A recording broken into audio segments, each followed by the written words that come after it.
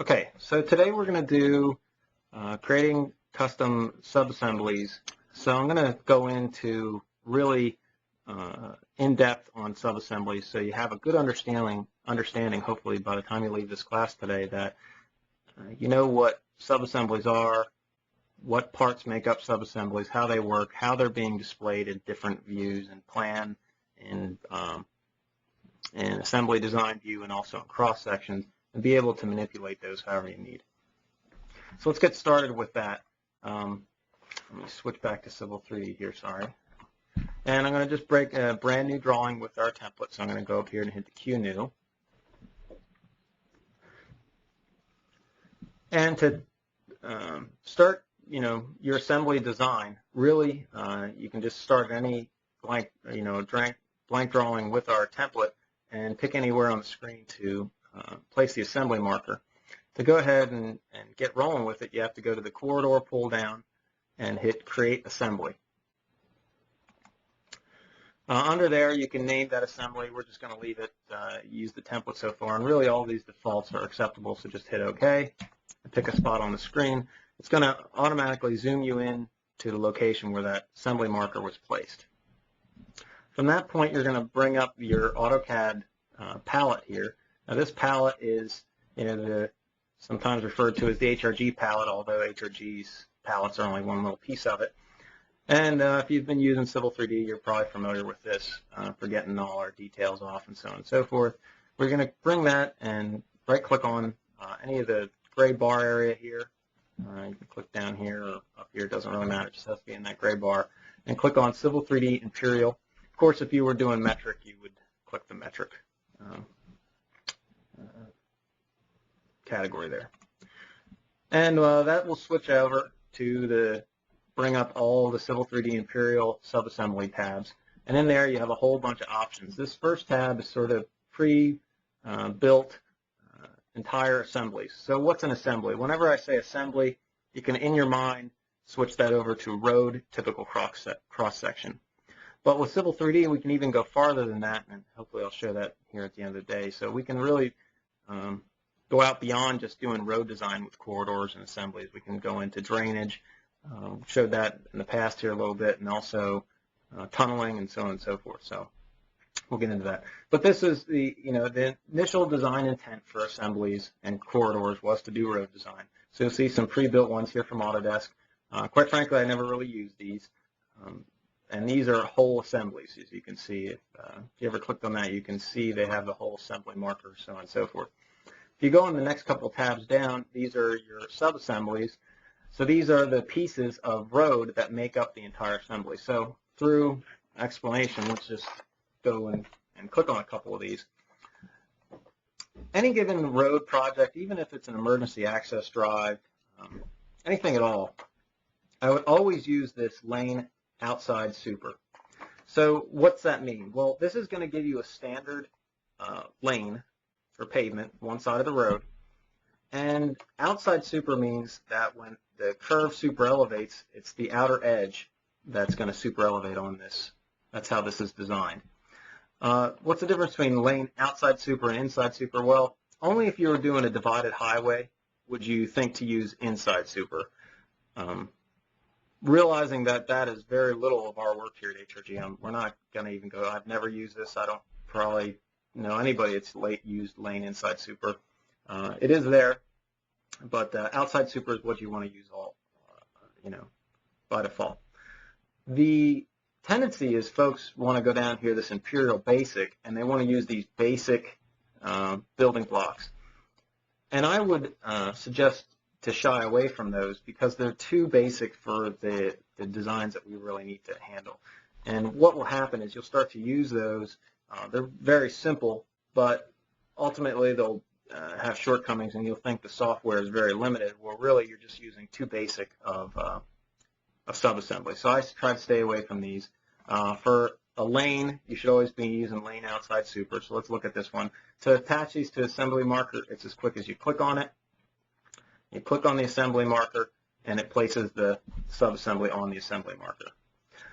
When you do click on that assembly and come over here and click on the assembly marker, your properties palette will open up in AutoCAD. You can see mine was there. just hidden off to the side. Well, here I can actually set up the parameters for how thick the lane sections are and how wide the lane is, or switch it from left to right. So by default, it was on the left. I'm going to now switch it to the right, and you will see now when I attach it to the assembly marker, it gives me the right side of the road. And that's essentially it. You can hit enter and enter again. And that's really assigning assemblies. It's just that simple. If you've done this in Land Desktop, it would probably have taken, if you're a novice at it, it would probably have taken, if it's the first time you ever made one of these in Land Desktop, just a typical lane, and having to read through it and figure it out, it would probably take you over an hour to figure that out.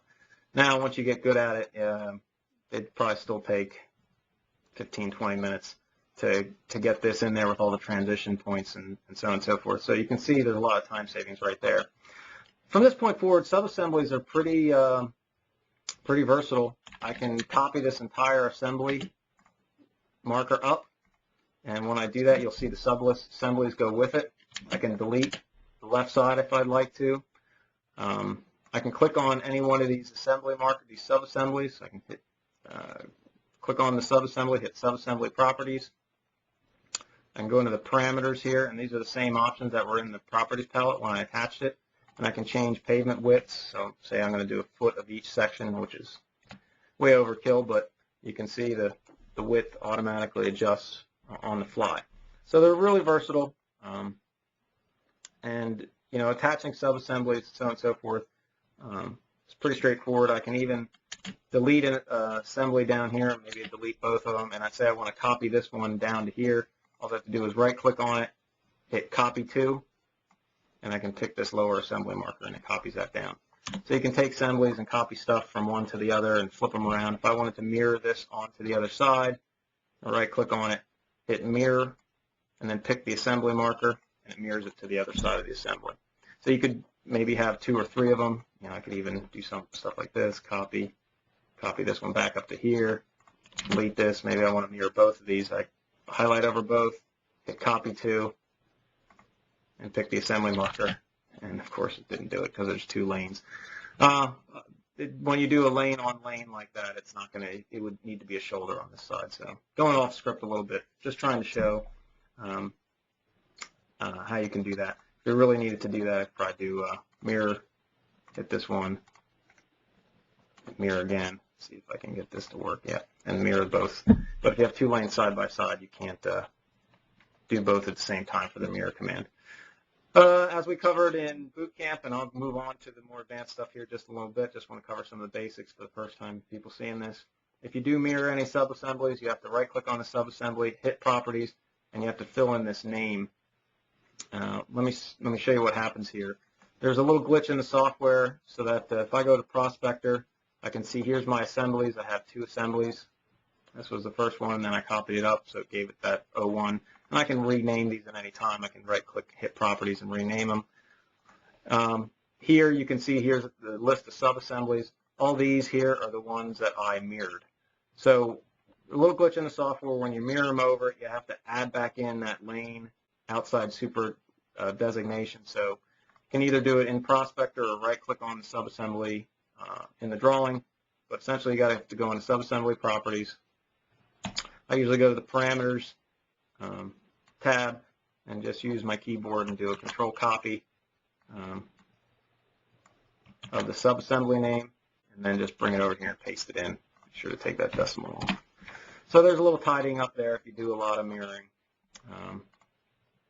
but it's still a lot quicker than it used to be. So I'm not going to worry about that too much. You just hit OK and get those all renamed.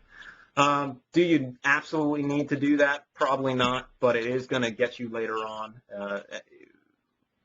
You can target these and make these wider or shorter and so on and so forth in the corridor. And if you just have a bunch that say left 10, left 11, you don't know what they are. You don't know if it's a curb. You don't know if it's a sidewalk. You don't know if it's a lane. So it gets pretty complicated. So you got to keep good naming convention over here, at least for the type of subassembly it is and what side it's on. The numbering afterwards, I wouldn't worry about. Okay, so that's some basics on subassemblies. Let's look at one specific subassembly and go down through the pieces. So that subassembly, you can see I have here a little PowerPoint for it. And it's really important if you're going to create custom subassemblies to really fully understand all the pieces that made up subassemblies. Now, we covered this in Civil 3D Bootcamp, but a little refresher never hurts. Subassemblies have, when I'm talking about subassemblies, that's the pieces. This assembly marker is the, once you attach a bunch of subassemblies to an assembly marker, they call that in the software an assembly. It's the whole thing, which is, in civil engineering terms, known as the road, typical section, or cross-section, okay? So a subassembly, again, has three pieces. It has links, point codes, and shapes. So let's go through those. The link is the line. So the link is these blue lines. Hopefully you can see that. I think you can through the webinar software. Has the blue lines on the subassembly. These are all individual links, okay? The point code is the little magenta circles, okay? So that's known as, quote, quote, the point code in the software.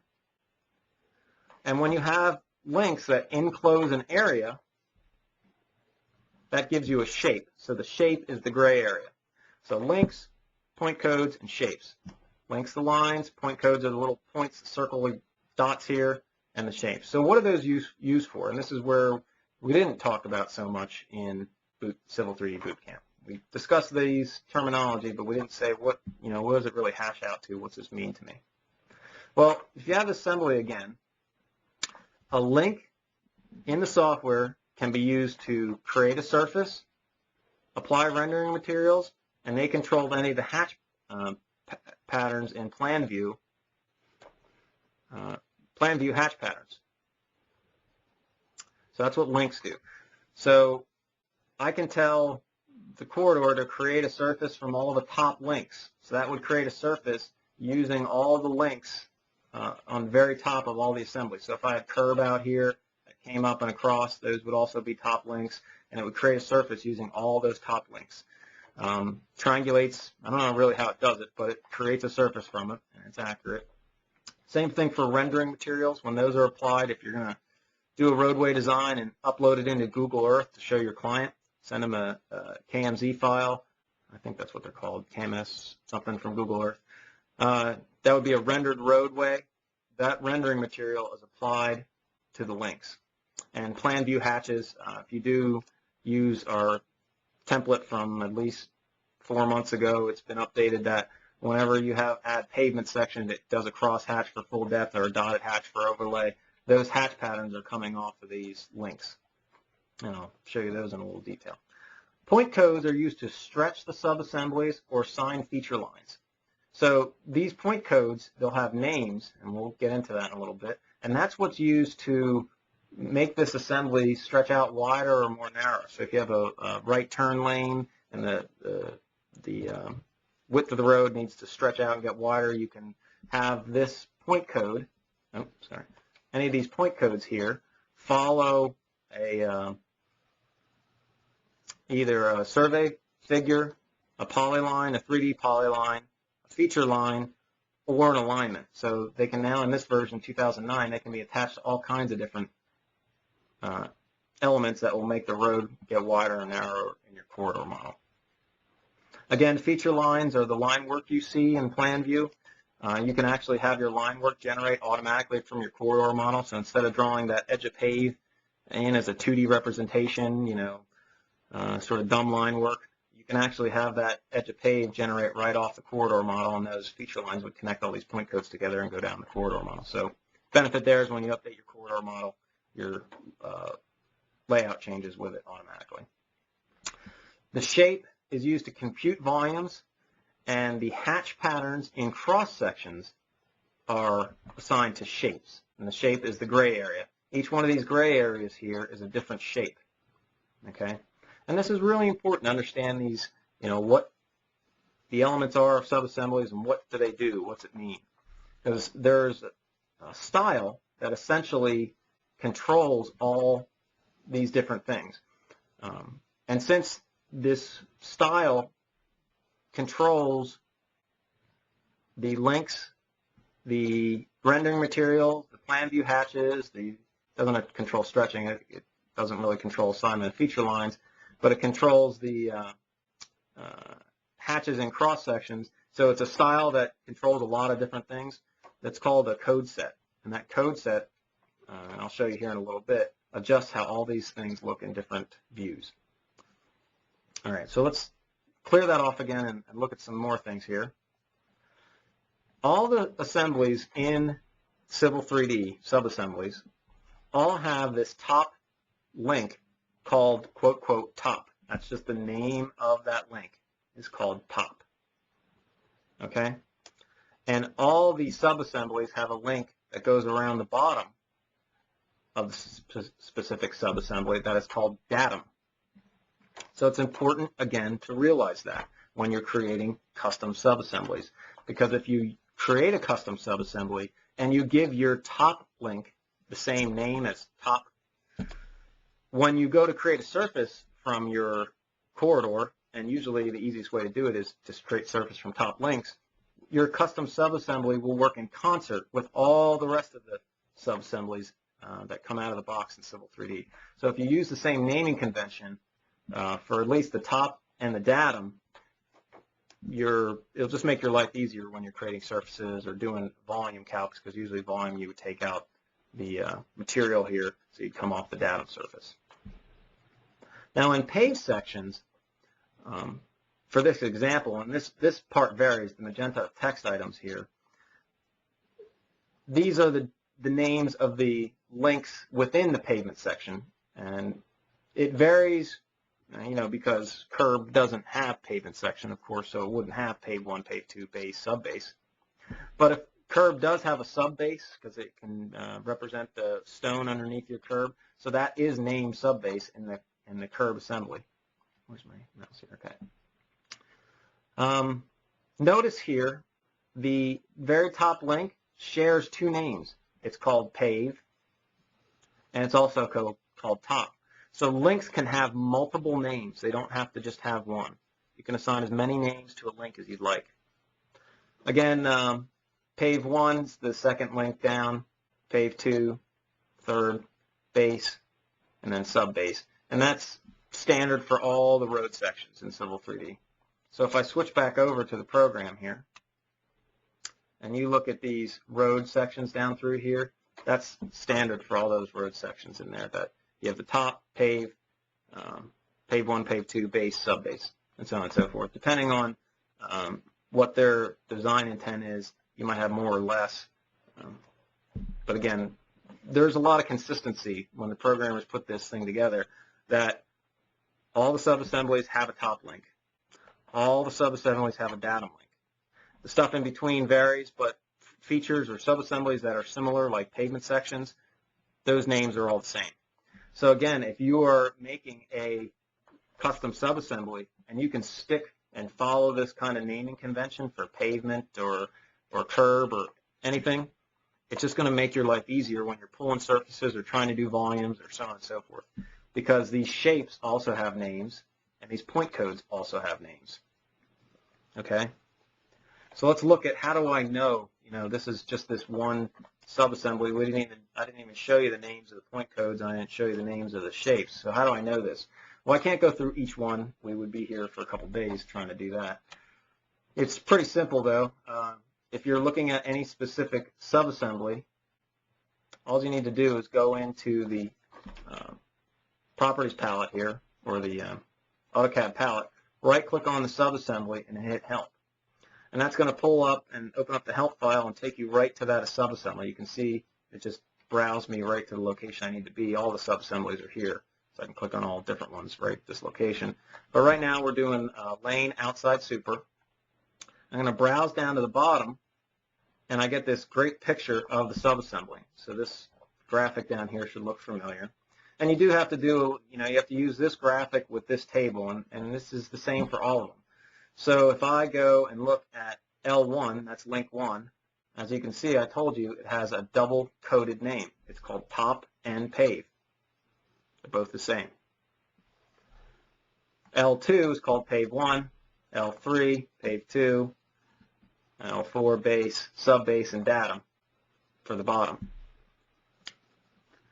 Okay? Again, the shape. S1, if you look in here, and graphics not very good for that, just noticed. But, I mean, you can use some deductive reasoning. Shape 1 is this shape right through this top area here. That's shape 1, so that's called pave 1.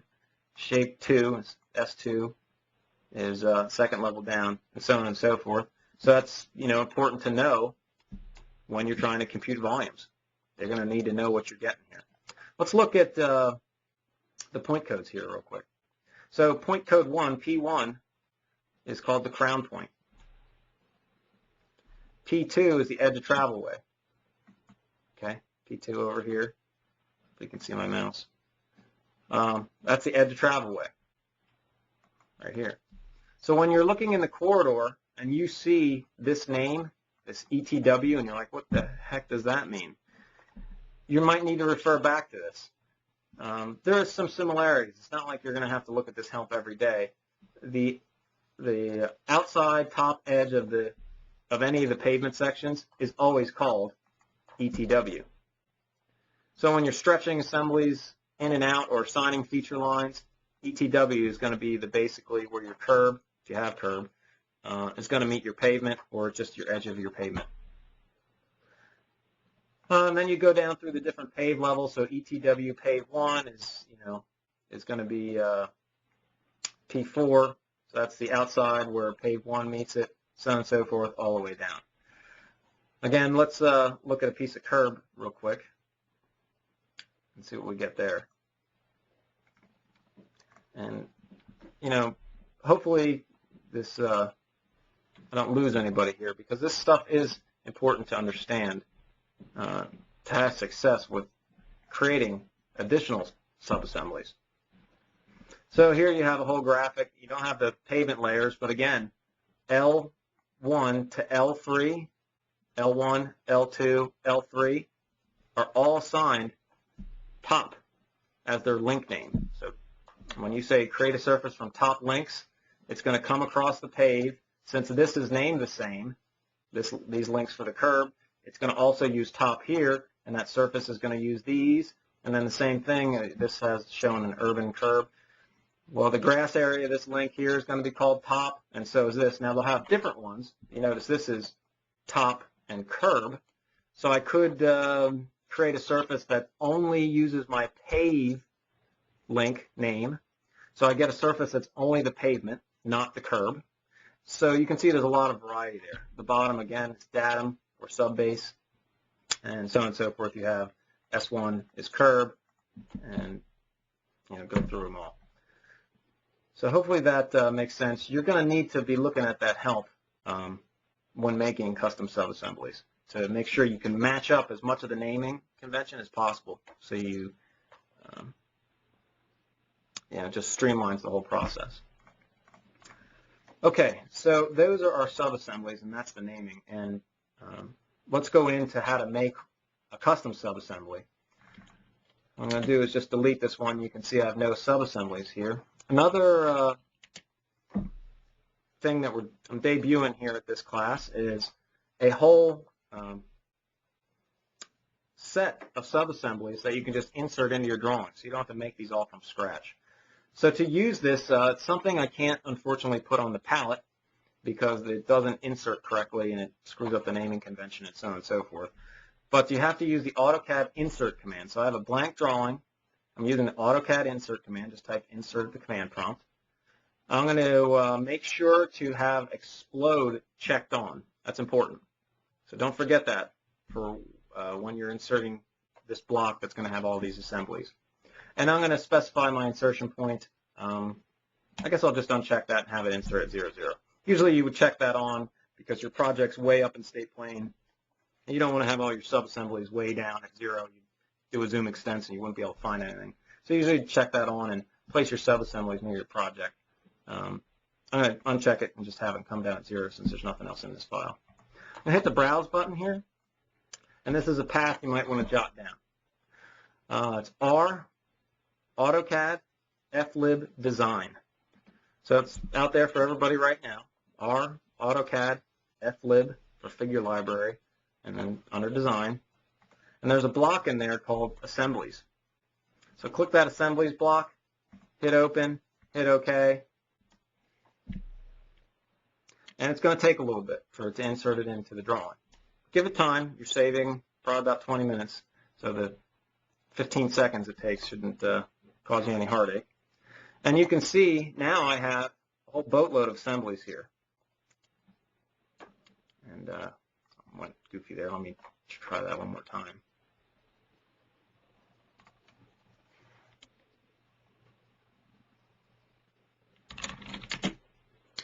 Browse out to that again. Assemblies, keep explode on. I'm going to check. Maybe it's because I unchecked that. I haven't done that before. You're supposed to keep this checked. So I'll keep that checked, hit OK, and place that. Make sure this works this time.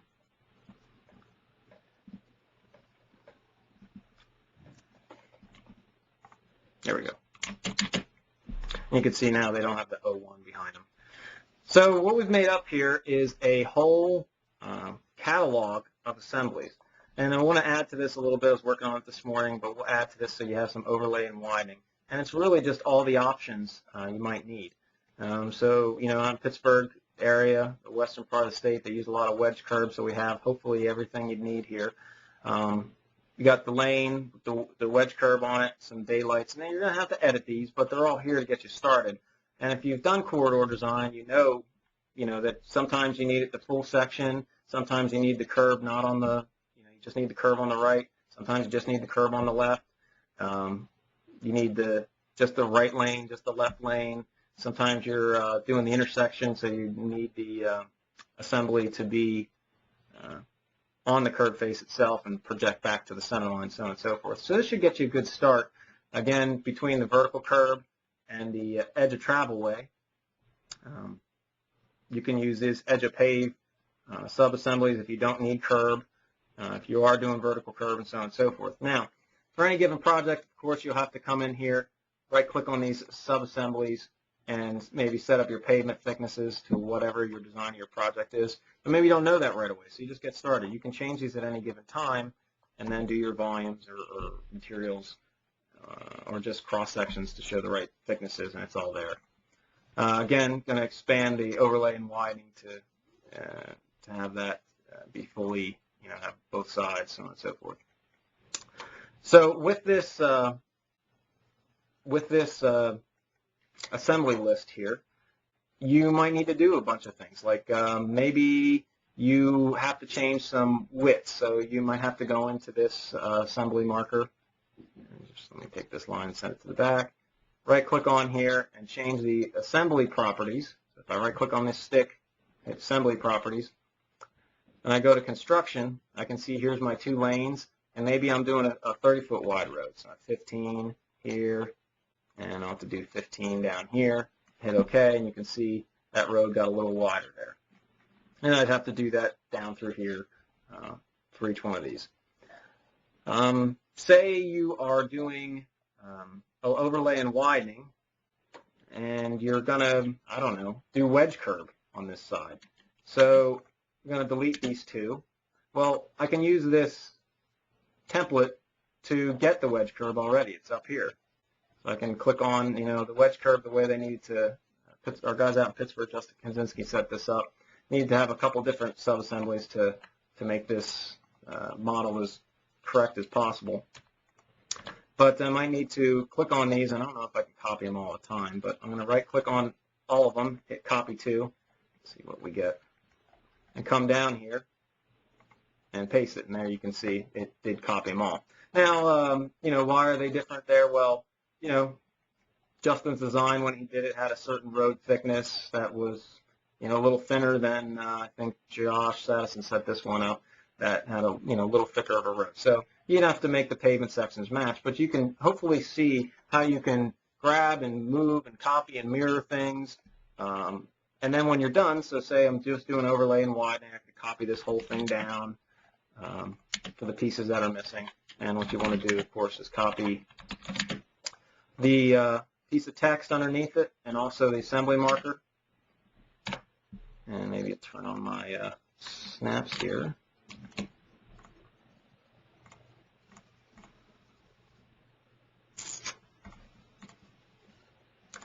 copy this whole thing down.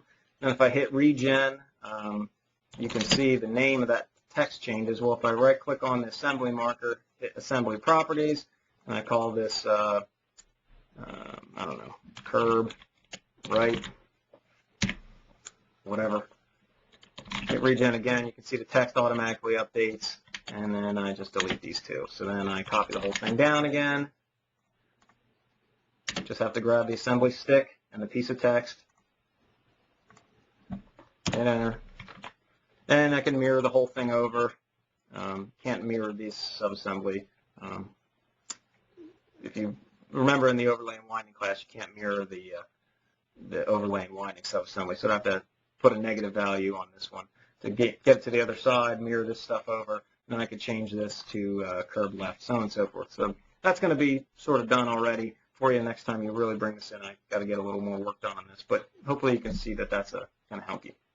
Okay, so that's that. Let's really talk about how to create a subassembly. In creating subassemblies, you sort of have a limited option on what you can do. I would venture to guess 99.9% of what we need to do, there's already subassemblies made in the palette here. You know, we have the new road, you've got all kinds of daylighting options and bridge decks and, you know, just all kinds of stuff. Also, if you go to our HRG palette and go to design here, it's going to show you all, you know, we have some overlay and widening subassemblies in here. I got some pipe stuff, so on and so forth. And then under road rehab, these are out of the box that are in the catalog versus in the palette, so we've drug those into here for everybody. So you really should have everything you need. If you do need to make a custom subassembly, I'm going to show you how to do that here in a minute. But any kind of custom editing on an assembly itself, for instance, if I needed to have some additional road width, so on and so forth, you can really use these imperial generic elements of the assemblies. And this is what I would recommend going and attacking any of your custom needs with. Use these first. So, for example, let's come down here, and we have this trapezoidal swale. Okay? So this is a little swale bottom we're going to use for drainage design, and I want to use the corridor model to make this. So let's make this over again from scratch, and I'll show you how you can use those little generic pieces to do that, because there's really not a good one in there for a generic, well, I shouldn't say that. I didn't really look around all that much. You have all this, if you go down to channel, you have a whole bunch of, you know, I could have probably just did this side ditch one, but I decided to make a custom one. Let's make another one of that, same thing. So I'm going to go up here to hit Create Assembly, and I'm going to call this Channel New. I'm going to place that on my little grid here. I'm going to copy this piece of text over.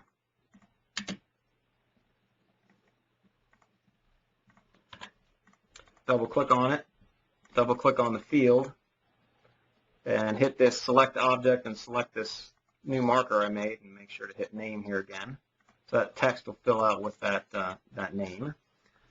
And have it a little close together. So maybe I'll move this over. And I want to just regenerate this. So what am I going to use? Well, I'm going to go up to my Imperial Generic Subassemblies here. I'm going to go to my Link, Width, and Slope. So click on that. And then I'm going to pull up my AutoCAD Properties palette, and my width, I'm going to make the right-hand side first. I'm going to do 1 foot. I'm going to do 0%. And I'm going to call this the point code. See, now some of this is starting to come into play where you have to understand what's going on. So my point code, I'm going to call that, give that a unique name as CH-bottom.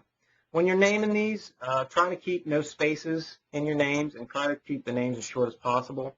I've had one person experience they got too complex with their names down here, and they had some trouble that the corridor wasn't reacting right. So try to keep them basic, no spaces.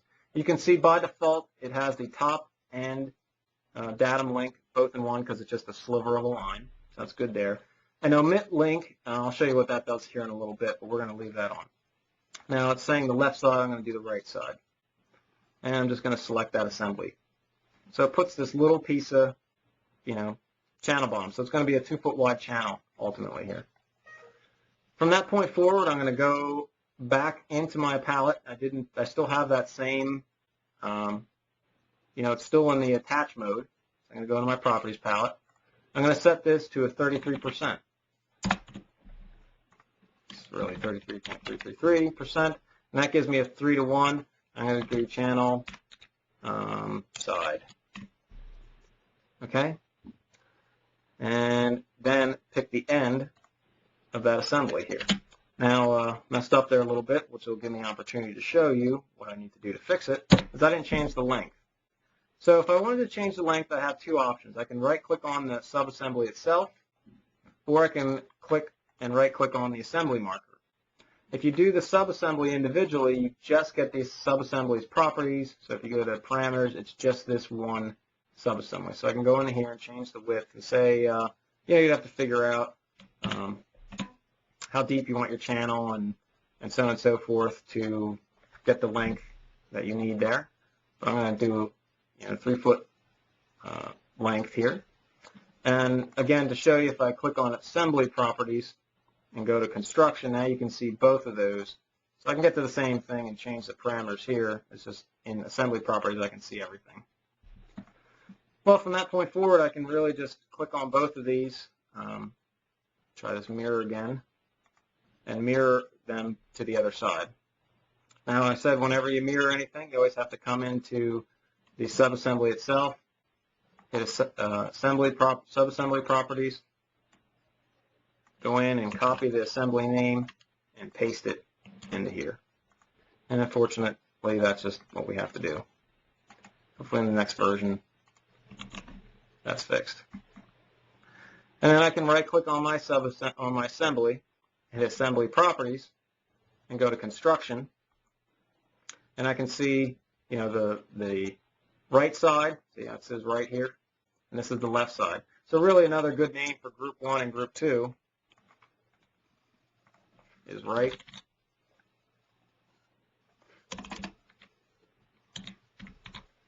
and left. And you don't have to rename those, but I just wanted to show that you can. And that's how I would recommend creating that channel assembly. Another thing that could have been wise to do there is there's some other ones up here. Just because I showed you that, don't be locked in and do everything with it. You can create a vertical link. You can create a, right up here, it's a link at vertical deflection. So that might have been the better one to choose there for the channel side slope. Because if I would delete this one off this side here, come up and use that one, the link slope and vertical deflection, click that and see my AutoCAD properties palette. It's saying, what do you want for vertical deflection? Well, I want a 2-foot deep channel. Call it channel side again. And what's my slope? 3-to-1. Right side. Attach it. So really a 2-foot, it calculated out and it went up 2 feet and it figured out how long it will need to be to get to that. And then say I wanted to, fix the other side, I could just grab this, hit mirror, and pick the end of this subassembly there, and there you go. So again, a lot of the pieces are already in the box. If you wanted to create custom subassemblies, I would recommend trying to do it with these first. And why do I say that? Well, these are programmed subassemblies, so they can be stretched. So I assigned a channel bottom here, and I called this channel bottom name, this point code, called it channel bottom. Well, I can actually have an alignment or a survey figure or a polyline in my drawing, and my channel bottom will grow wider and narrower based on that alignment if I wanted to vary the channel width. So that's the power that you have with these subassemblies and doing that. Let's look at another method to create a custom subassembly, and that's create them by polylines, which I'll show here. So another way to do this, and let me just trace something real quick, is to just make a polyline.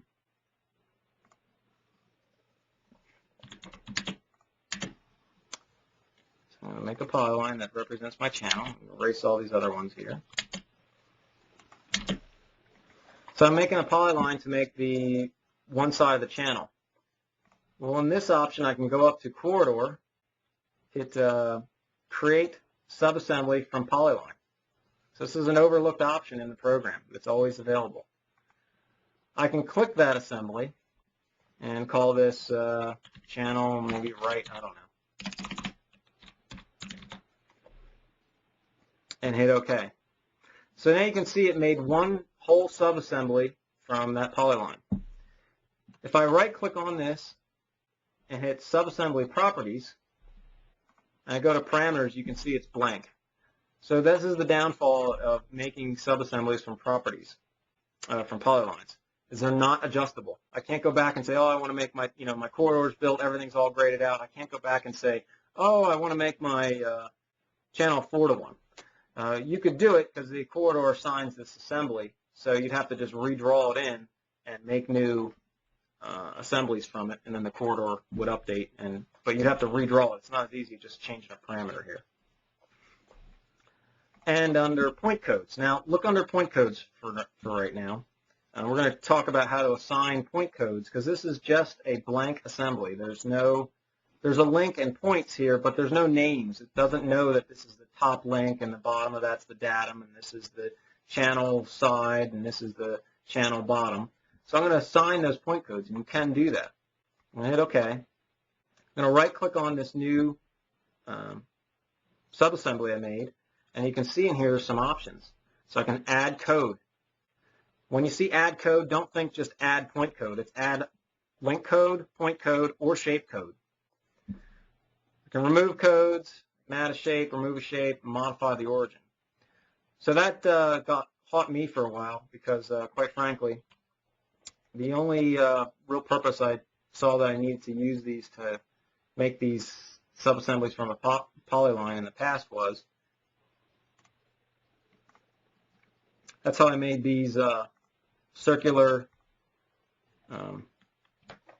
subassemblies to represent pipe. I just made actually I had to make an arc, another arc on this side, and an arc on the bottom and the top, because you have to have left and you have to have right, and then you have to have top and bottom for surface. So that was a usage where I used create subassembly from polyline. You can use the channel here. For another example, it's a little simpler. But say I wanted to modify my insertion point, and I didn't know about that when I made those arcs. I think when I made those circles or those pipes, if I would have known about this modify, I just didn't see it on the list. It was right there. If I had known about that, I don't think I'd have needed to make 4. I think I could have just made a top arc and a bottom. I didn't need to make 4 for each quadrant. So hitting modify origin, I can pick any spot that I want to be the origin point. So I'll pick over here, and now that is the origin point. So what's that matter? Well, this subassembly is sort of hanging out there in space, and don't let that fool you. When I made that subassembly from that polyline, although I started off this assembly marker, you still need to right-click on it after it creates the subassembly from polyline. You need to hit Add to Assembly. Well, if I have that origin point at the outside of the channel, that's where it's going to add it. I can go back in and I can hit Modify Origin, and I can pick, I really want it to be down here, and it'll automatically slide that up. So that origin point is important. That's where you're attaching from assembly to assembly to assembly, or subassembly to a subassembly to a subassembly, so on and so forth. I can add in point code, so I can right-click on this and hit Add Code. I'm going to call this CH bottom. And at the command prompt down here, it says select a subassembly point, link, or shape. That's what the backslashes are. So if I hit one of the point codes, now that point code is called channel bottom. Right-click on it again, hit Add Code, type in CH side, hit Enter. Now I can pick the top point code. And this is where, again, to make my life easier, a good name for the top of this, these two links in here is top. So I'm going to right click on here, hit add code, type in top, uppercase, hit enter, and select this link. Don't, you have a tendency to just hit enter to reinitiate the command. That doesn't work. You always have to right click on the assembly, hit add code, type in top. Now I'm going to hit this top link. Okay, so now if I go back into my subassembly properties and I go under codes, now you can see all these codes in here. Those weren't there before.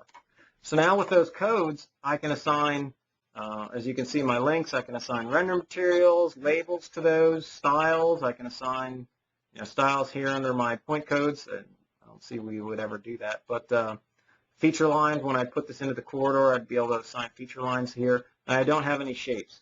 So let's get some shape to this channel. I'm going to blow this thing away and do another one. Let me trace it quick. And say I wanted to do shape to get some grass quantity off of this. Say we're going to do 6 inches of grass. 6 inches of, not grass, but topsoil. So I'm going to make a polyline that connects all this, and really I can just hit join and join all these together. And then I'm going to just hit close here for that last piece. So now I have a channel that is, has some thickness to it. Go back up. I'm going to hit create subassembly from polyline. Click this. I'll call this channel CH right.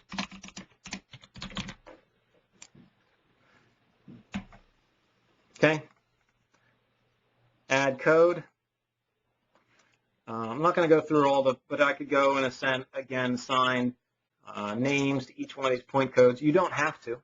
You don't have to assign names. But if you want to have it render a certain way or stylize in your drawing so it draws grass or something, then you'd need to do that.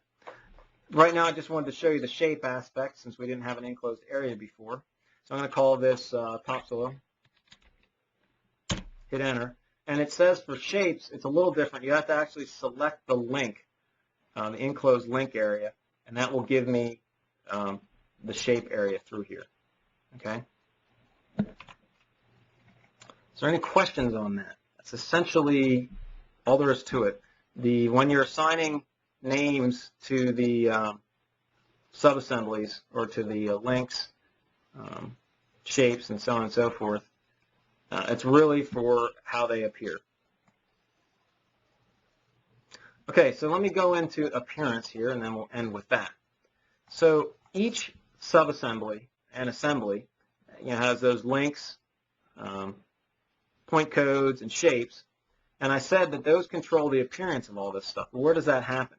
Well, if I go into the Settings tab, and I go under General, and I go under Multi-Purpose Styles, and right here I have code sets. So the code set for the assembly design is what you see up here. That's this HRD design or assembly design code set. So if I double click on that, you can see it doesn't have any pre-programmed codes in there to assign styles to, and they're all set to the same style called assembly, HRG assembly, and that's why, why are the lines blue? Well, because it's assigned color 153, so I can come in here and change this to green if I wanted to, and hit OK, and hit OK again, and now they're green. So that's how it gets that coloring. It's just because of this code set, which tells it that the links follow this style and the shapes follow this style, and so on and so forth. So if I wanted to go under here and the shape, for example, I didn't want to see those in my assembly design view, I could just come in here, hit edit this, and turn off my area fill, or I can make it a hatch pattern, or I can make it a different hatch, so on and so forth. Hit OK again, hit OK a third time, and it turns off. So you can see this is how we control the display of assemblies versus, this is in assembly design mode. right here. So all the subassemblies, or the assemblies here, if I click assembly properties, why do they use this code set? Well, if you come to codes, that's the one specified by default. It's right here. It's actually following this HRG design. If I, which essentially this assembly design and design are really the same thing. You used to have it called assembly design, and then this is, the corridor follows this one, assembly designs should follow this. With the changing of the template, me bringing all these things together, they're a little back and forth, but I'll get that all squared out. So if I wanted to have these assemblies in my assembly design view here look like they do in the cross sections, all I have to do is hit DM3 cross sections with label, hit OK, and now you can see, of course, it labels it, but since I'm at some crazy high scale, my labels are going to be all really large.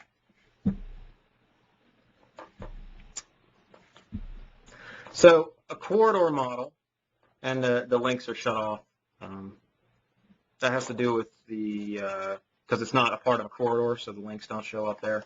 That's a whole other detail. But the corridor model follows the HRG design. I think by default it follows the HRG plan set. So the plan set code set, this is why you get, when you turn the corridor sideways in 3D mode and hit render, your bridge deck will have a bridge deck rendering material, your curve will have a curve rendering material, so on and so forth. This is why, so these are the rendering materials here, I'm sorry.